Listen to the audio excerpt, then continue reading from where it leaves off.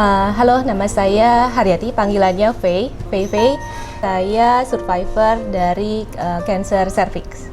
Oke, dulu saya didiagnosa kanker itu Oktober 2016. Waktu itu sebetulnya kondisinya badan tuh saya pertamanya nggak ngerasa sakit gitu ya. Jadi ketahuannya pun nggak sengaja gitu ya, gara-gara tipes, cek-cek yang lain.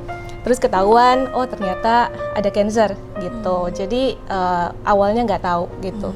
Well, pertama kali tahu saya sangat terkejut karena saya dulu pun hidupnya selalu sehat ya. Maksudnya saya senang sekali berolahraga, setiap hari saya olahraga. Makan juga nggak aneh-aneh gitu ya. Dan saya juga berpikiran positif, tapi entah kenapa tiba-tiba terpilih dapat lotre gitu ya.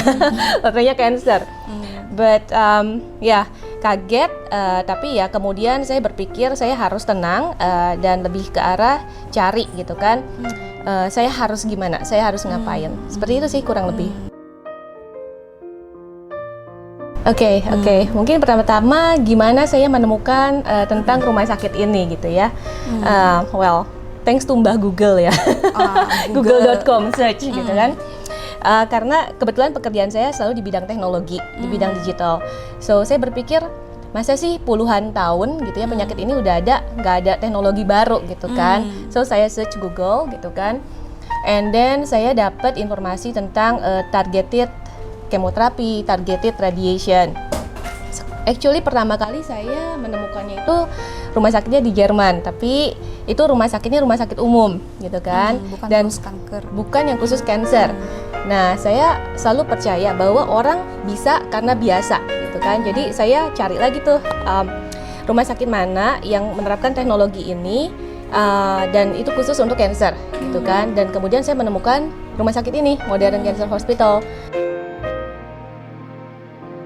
Itu di sini Desember 2016. Waktu itu kan sebetulnya kansernya dari cervix sudah menjalar ke ke usus, ke liver, sama ke bladder, kandung kemih. Jadi dokter yang melihat kondisi saya, kemudian dia menyarankan terapinya apa aja dan saya ikuti gitu ya. Kebetulan waktu itu saya mendapatkan terapinya itu adalah targeted chemoterapi, kemudian juga ada imunoterapi, ada ozon juga gitu ya.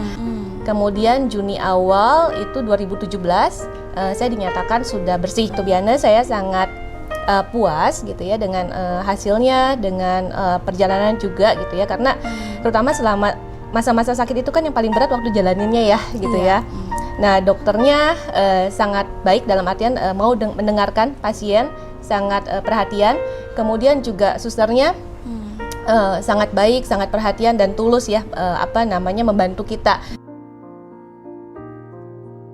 Oke, kalau selama masa perawatannya ya it's kind of up and down ya. Kadang-kadang ya berasanya sakit banget, kadang-kadang manageable gitu ya.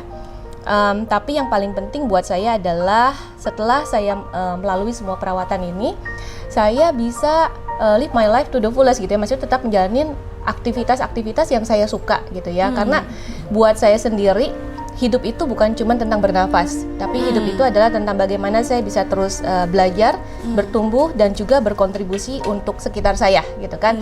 Saya nggak mau hidupnya lama tapi kayak orang-orangan sawah gitu ya, kayak boneka nggak bisa ngapa-ngapain gitu ya. Kemudian Maret 2018 saya full marathon di Himalaya sebutan 42 km, 42 km selesai ya. Dan saya masih lakuin scuba diving karena saya hobi scuba diving, naik gunung. Kemudian dalam profesi saya juga di digital industry, digital teknologi. Ya jadi dan actually dengan cancer ini juga membuat saya belajar banyak tentang diri saya sendiri. Dan saya juga belajar satu hal, bahwa hal yang sulit gitu ya, tantangan dalam hal ini contohnya cancer gitu ya. Sebetulnya kalau dilihat bukan musibah gitu ya, tapi semua hal bisa terjadi apa aja sama diri kita.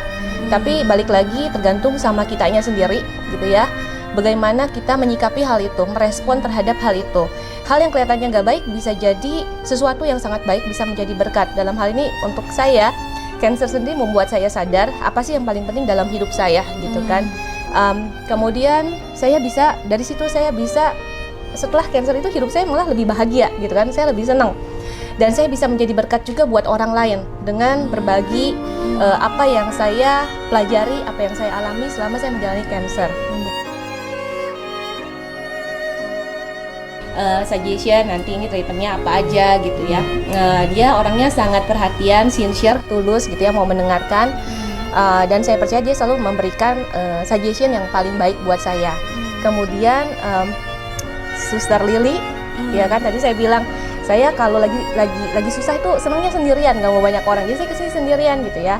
Dan Suster Lily itu membantu saya, merawat saya dengan sangat baik gitu ya, sangat perhatian. Saya sungguh berterima kasih ya kepada terutama 2 orang ini, dan tentunya dokter-dokter lain ya yang melakukan targeted kemo dan lainnya ya. Saya kali ini datang sangat excited karena terakhir kali saya kesini tuh 6 tahun yang lalu ya. Saya sangat excited karena bukan hanya untuk imunoterapi, tapi terutama saya punya kesempatan buat menyampaikan terima kasih kepada Suster Lily gitu kan, dan Dr. Yao. Saya actually waktu yang lari Himalayas itu, yang 42 km, saya dapat medal. Jadi waktu itu berat ya, karena kan Himalaya itu oksigennya tipis, dataran tinggi gitu ya, very high gitu ya, di atas 2000, di atas permukaan laut gitu kan. Yang bikin saya bisa tetap semangat sampai selesai, actually karena saya selalu mengingat, 1 kilometer ini buat si A, buat si B, si C gitu kan. Buat semangatin pejuang-pejuang yang sedang berjuang saat ini gitu ya. Jangan pernah patah semangat gitu ya, terus usahakan, terus berusaha yang terbaik, karena apapun usaha kita, Tuhan nggak akan tidur, Tuhan nggak akan melupakan itu gitu ya. Jadi orang suka bilang usaha itu tidak akan mengkhianati hasil gitu ya. Jadi ya tadi, cancer, segala kesulitan bukan suatu musibah, tapi bisa menjadi berkat kalau kita terus berusaha memberikan yang terbaik, mencari apa yang bisa kita lakukan dari situ untuk jadi lebih baik lagi.